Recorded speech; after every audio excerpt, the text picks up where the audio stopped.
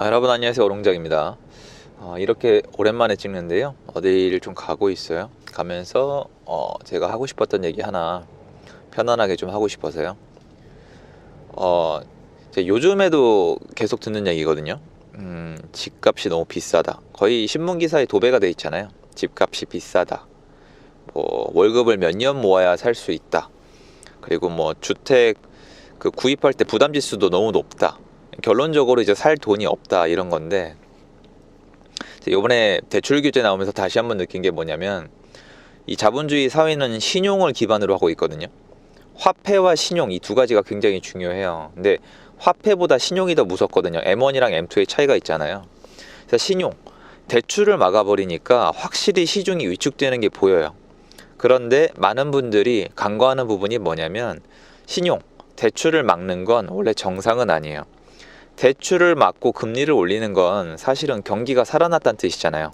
그러니까 바깥에 경기가 많이 회복이 됐으니까 돈 풀리는 걸 더 이상 안 하겠다, 좀 흡수하겠다 이런 거거든요.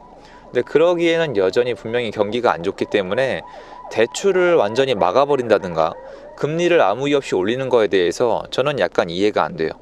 저는 개인적으로 집값을 많이 신경 쓴 부분이 아닐까라고 생각하고 있는데, 여기는 이제 요새는 부동산 문제가 감정의 영역으로 가서 그냥 갈라버리잖아요. 그러니까 집값이 오른다 그러면 이쪽이고, 내린다 그러면 이쪽이고, 정부 정책을 응원하면 이쪽이고, 응원하지 않으면 저쪽이고. 그러니까 또 이렇게 얘기하면 오해 사기가 딱 좋겠죠. 근데 저는 지금 대출을 갑자기 중지시킨다던가 아니면 금리를 갑자기 막 올리는 거에 대해서 잘 이해가 안 되는 사람이에요. 그런데 여러분 아시겠지만 가계부채가 문제라고 하지만 지금 제가 봤을 때 진짜 문제는 국가부채거든요. 국가부채가 정말 많아요. 그러니까 화폐가 계속 발행되고 있는 거나 다름이 없는 건데, 지금 그거에 대해서 간과하고 무조건 이제 가계부채만 문제를 삼는 건 문제가 있다고 생각을 합니다. 근데 어쨌건 오늘 포인트는 이건 아닌데요. 지금 대출 규제를 통해서 분명히 시장이 압박을 받았고 분명히 약간 멈췄거든요. 멈춘 면이 없잖아 있었는데, 지금 사람들이 그러함에도 불구하고 집값은 여전히 비싸다 이렇게 말씀을 하시고 있어요.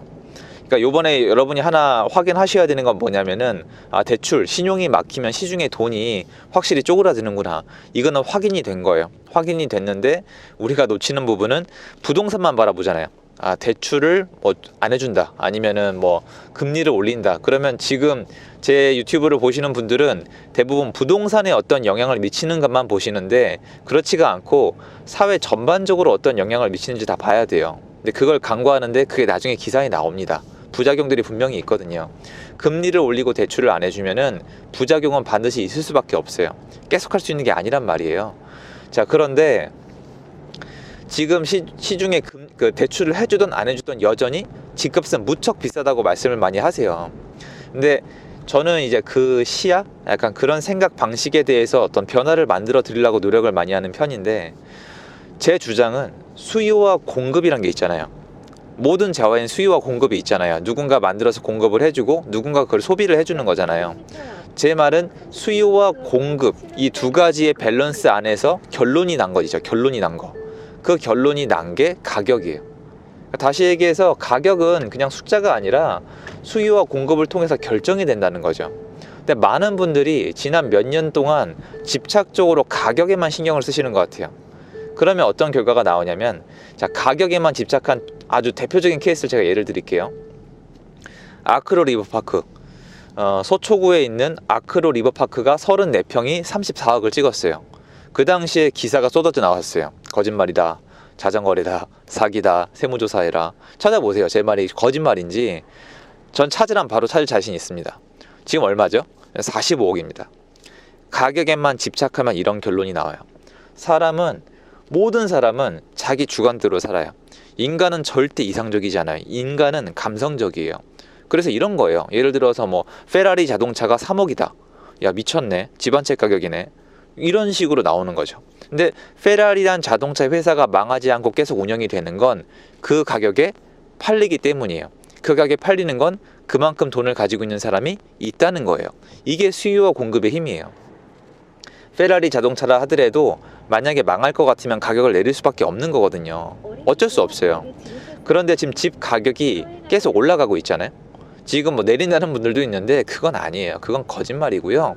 내리고 있지 않아요. 상승률이 하락하고 뭐 매물이 더 늘어나고 전세 매물이 늘어나고 뭐 전 신고가 대비 낮은 가격에 거래가 되고 다 맞아요. 맞는데 여러분 생각을 해보세요. 지금 언론 분위기상 만약에 정말 가격이 내려가고 있다. 그러면 어떻게 할 것 같아요? 신문에 도배를 할 겁니다. 대서특필을 하고 난리를 칠 건데 보셨어요? 서울 아파트 가격 진짜 내려가고 있다는 기사 보셨어요? 없거든요. 그렇지가 않아요. 서울이 문제가 아니라 전국적으로 하락을 하고 있질 않아요. 지금 하락이 되면은 저부터 하락하고 있다고 얘기를 하겠죠. 저는 항상 사실을 기반으로 말씀드리려고 노력을 하니까. 그렇지가 않아요. 그러면 지금 5년이잖아요, 여러분. 거의 5년 다 됐거든요. 2017년도 8월 2일 날 파리 대책 나온 이후로 지금 4년 반이에요, 여러분. 여러분은 4년 반이 지났는데도 스스로 변화가 없다면 결과도 같아요. 내가 변해야 결과가 변하는 건데 내가 사고하는 방식이 똑같으면 결과도 똑같을 수밖에 없는 게 기본 상식이잖아요. 이거는 납득이 되시잖아요. 근데 나는 여전히 가격에 집착을 해요. 너무 비싸다. 너무 비싸다. 너무 비싸다. 아무 의미 없는 거죠. 이제는 그거를 받아들이셔야 돼요. 아, 내가 가격이 비싸다고 생각한 거는 의미가 없구나. 지금도 마찬가지예요. 여러분이 생각하시기에 지금 한국, 서울, 수도권의 집값이 비싸요, 싸요? 비싸죠. 전 비싸다고 하시는데 베팅하고 싶어요. 왜냐면 제가 평생 동안에 집값이 싸다고 하시는 분들은 본 적이 없어요. 단 한 분도 본 적이 없어요. 무슨 말이냐면 수요와 공급을 통해서 결정된 결과가 가격인 거지 가격 자체는 의미가 없어요. 가격은 존재하지 않아요. 가격이 아니라 거래가 존재할 뿐이죠. 거래가 없으면 가격도 없는 거잖아요. 누구랑 사고 파니까 거래가 돼서 가격이 결정된 거잖아요. 가격에 집착하면은 시장을 앞으로 따라잡을 수가 없어요. 예를 들어서 이거예요. 여러분 주변에 어떤 부자가 있어요. 근데 그 사람이 재산이 100억이에요. 그럼 100억이란 사실을 알았죠. 여러분 그 사람 따라할 수 있어요? 100억을 벌 수 있어요? 절대 못 벌어요. 그 사람이 100억 가지고 있는 건 그냥 가지고 있는 거예요. 여러분이 배워야 되는 건 그 사람이 왜 어떻게 해서 100억을 벌었냐는 거죠. 이 과정이 뭐예요? 이 과정이 수요와 공급이에요. 수요와 공급의 결과가 뭐예요? 가격이에요. 자, 어떤 사람이 열심히 건설업을 해서 100억을 벌었어요. 그럼 100억이 중요해요? 그 사람이 건설업을 어떻게 했는지가 중요해요? 맞아요. 그 사람이 100억을 가지고 있는지는 여러분한테 하나도 안 중요해요. 근데 많은 분들이 거기에 집착을 하죠. 거기에 집착을 하고 욕을 하기 바쁘죠. 그러니까 그게 저는 참 안타까운 거예요. 결론적으로 얘기하자면은 분명히 과정이란 게 있는 건데 과정은 건너뛰고 결과에만 집착을 하다 보니까 매년 한 해가 지나가도 나는 결정을 또 못하는 거예요. 또 비싼 거 같고 또 비싼 거 같고 또 비싼 거 같고 제가 과거에 경험을 했던 거예요. 그런데 그게 아니라 과정, 수요와 공급 왜 올랐나? 예를 들어서 2020년도에 왜 올랐나? 2021년도에 왜 올랐나? 그러면 2022년도에 어떻게 될까를 생각해야 되는데 가격만 보면 절대로 그걸 따라잡을 수가 없어요. 그래서 이 생각하시잖아요. 아, 이만큼 올랐으면 내려갈 때 됐다. 인간적으로 너무 많이 올랐다. 저 가격에 사줄 사람 없다. 4년 반 동안 틀린 주장이죠. 앞으로도 틀릴 거예요. 그럼 우리가 맞출 수 있는 영역이 아니에요. 이건 어때요? 2018년도에 수요와 공급 중에서 공급보다 수요가 많아서 아파트 값이 올랐다.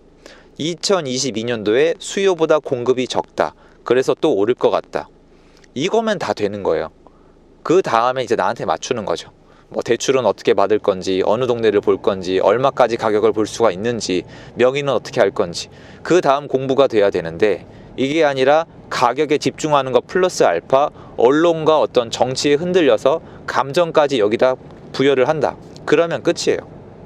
제가 알고 있는 이 냉정한 자본주의 사회에서 그런 선택을 하신 분은 죄송한 얘기인데 일단 발전에 대한 영역은 끝입니다. 절대 없어요. 그냥 그대로 쭉 가실 수밖에 없어요. 그러니까 저는 그거를 방지하고 싶다면 눈을 뜨고 도대체 이 가격이 어떻게 결정이 되는지, 수요와 공급이 얼마나 중요한 건지, 그러니까 그거를 보셔야 되는 거예요.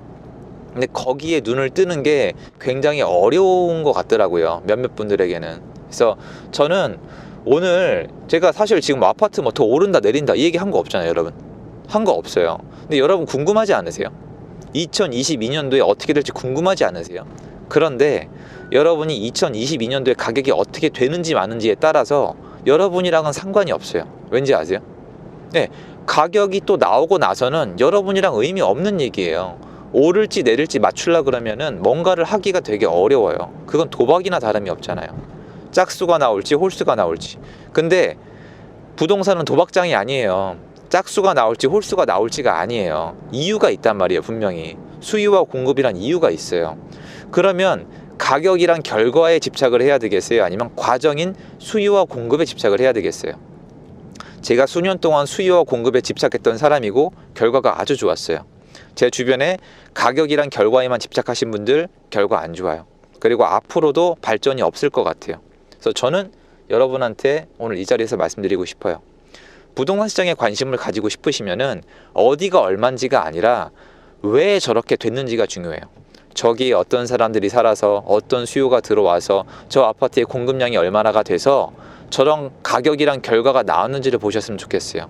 근데 그거 안 보고 자꾸 거시경제학 하시려고 그러잖아요. 금리가 얼마고 물가가 얼마고 뭐 PIR이 얼마고 M1, M2가 얼마고 바젤3가 뭐고. 그래서 여태까지 결과가 어떠셨는데요?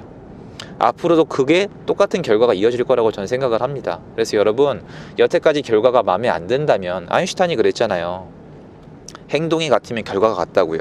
그러니까 결과를 바꾸시고 싶으면, 결과가 마음에 안 드시면은 다른 행동을 해야 돼요. 그러기 위해서는 사고 방식을 바꿔야겠죠. 저는 그래서 여러분이 결과물, 가격이 아니라 과정인 수요 공급에 좀 집착을 하고 공부를 해봤으면 좋겠다. 그 다음에 결정하면 되잖아요. 그래서 이 얘기 하고 싶어서 영상 켰습니다. 도움 되었으면 좋겠고요. 오늘 제 영상은 여기까지입니다. 감사합니다.